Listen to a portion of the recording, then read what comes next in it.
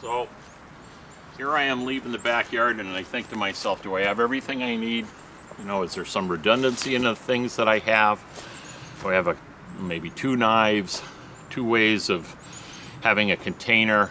Or when it comes to fire starting, what do I have in terms of redundancy there? Let's see, I have a set of weatherproof matches.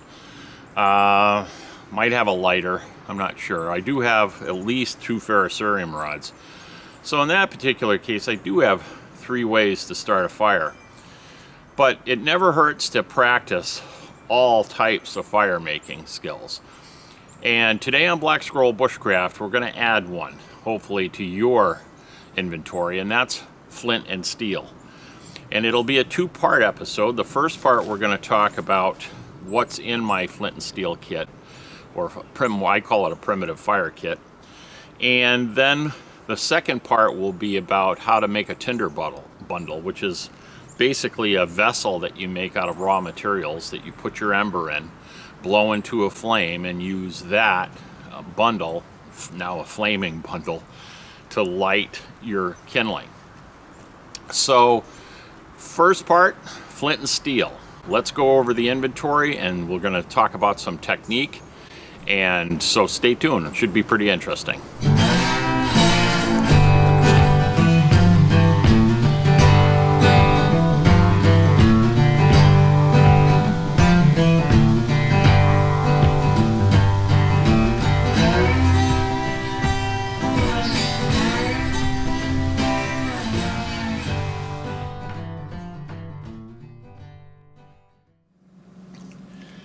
How many times have you seen me use my Mora lighting a fire with a built-in ferrocerium rod? If you haven't seen that, go back and I'll put some links above so you can take a look at that.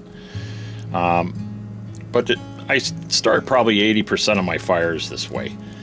And I also have in my pack a larger ferrocerium rod that I keep for backup. And I put a lanyard on it so it sort of gets attached to the inside of my pack, so it doesn't, if it falls out, it'll at least be anchored to the pack. So I thought I'd go over what's in my kit, which is it's not very, extravagant. And depending on where you live in the United States, you'll carry some different things as well. Obviously, you have your steel striker, a high carbon steel, and this actually came from Dave Canterbury's Pathfinder School. I got it in a kit. It works very well.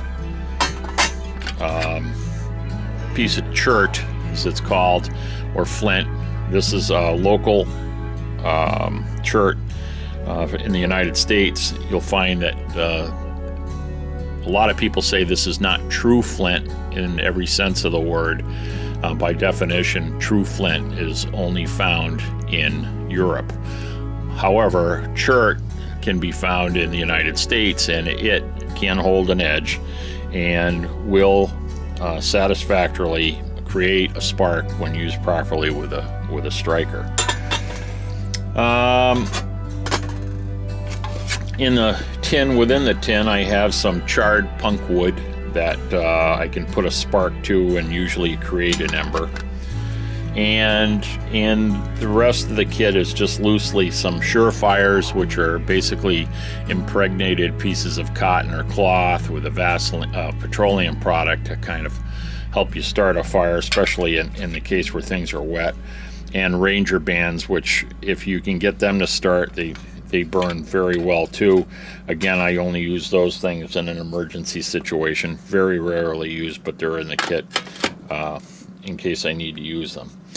However, the primary source of catching a spark that I carry is what's called char cloth. The char cloth is simply a piece of cotton, 100% cotton, and you'll notice that this is in the form of a disc. It's just because I cut the cotton swatches out from an old t-shirt or whatever. Again, 100% cotton.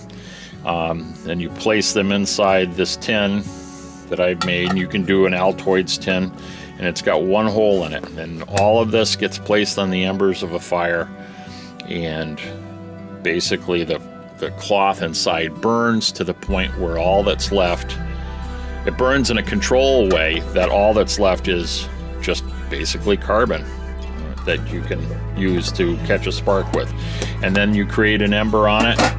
That ember gets transferred to your tinder bundle and off you go. So that's basically what we're going to be looking at today, is using what's here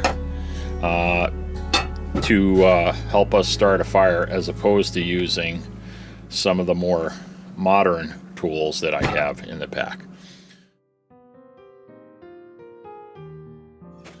Okay, so what you're going to need to do for starting fire using flint and steel is obviously you're going to have a few basic things. One is a piece of steel. The piece of steel that you use has a direct influence on the type of spark you get. So it's got to be a high carbon steel. There are many resources online to find steel strikers. This happened to come from Dave Canterbury's Pathfinder School. Also, you're going to need a piece of chert and or flint. Quartz can be used, or some sort of high, real hard rock that you can flake to some degree to get a sharp edge, because the idea here is to have such a hard, sharp edge that when it makes contact with the steel, you're going to create a spark. This does not create the spark. This creates the spark. You're going to need for that spark to rest on something, and in this particular case today we're going to use what's called char cloth. Okay, it's simply cotton in which has been burned inside this can in a controlled fashion so that it doesn't completely combust, but what you end up is basically carbon at the end that has some sort of form, and that will receive a spark. If you haven't seen how to make char cloth, you can check out my link above for that video. All right, so let's give you some technique on how to use a flint and steel. Normally what I do is, I'm right-handed, so the steel is always going to be in my right hand, the flint in my left hand. A couple of pointers on the flint. One, you always want to make contact with a really sharp edge.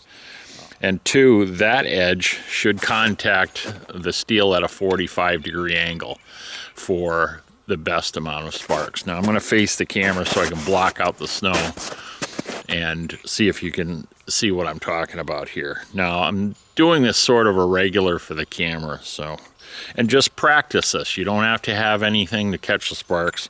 Just practice that movement. You know, I don't know if you can see any sparks coming off of that or not, but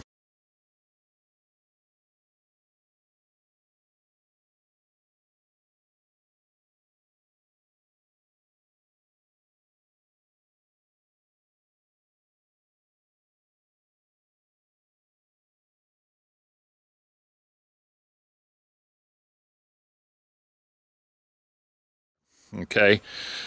All right, so now you know, sharp edge, 45-degree angle, so it's making contact that way. So you're trying to just cut a thin edge of the steel off. That's what you're gonna shoot for.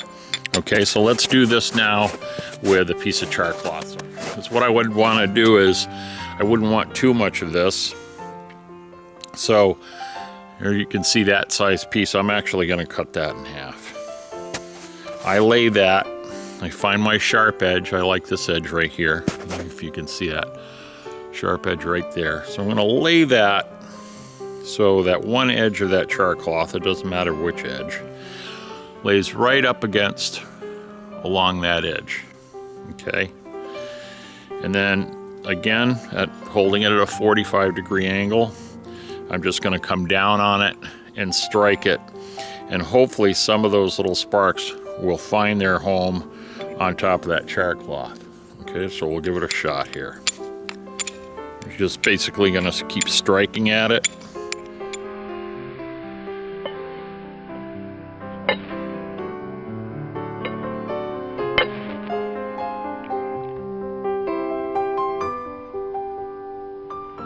All right, so there, I just got a little bit of an edge there. I don't know if you can see it.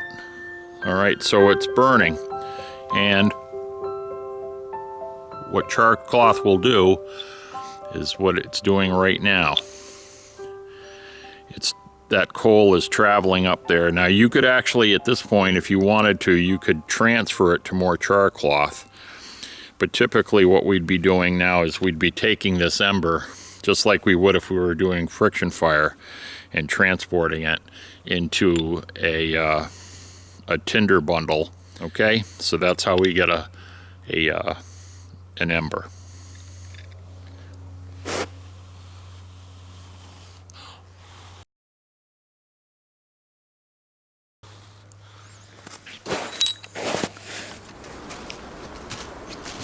Thanks for watching part 1 of a 2-part series on flint and steel.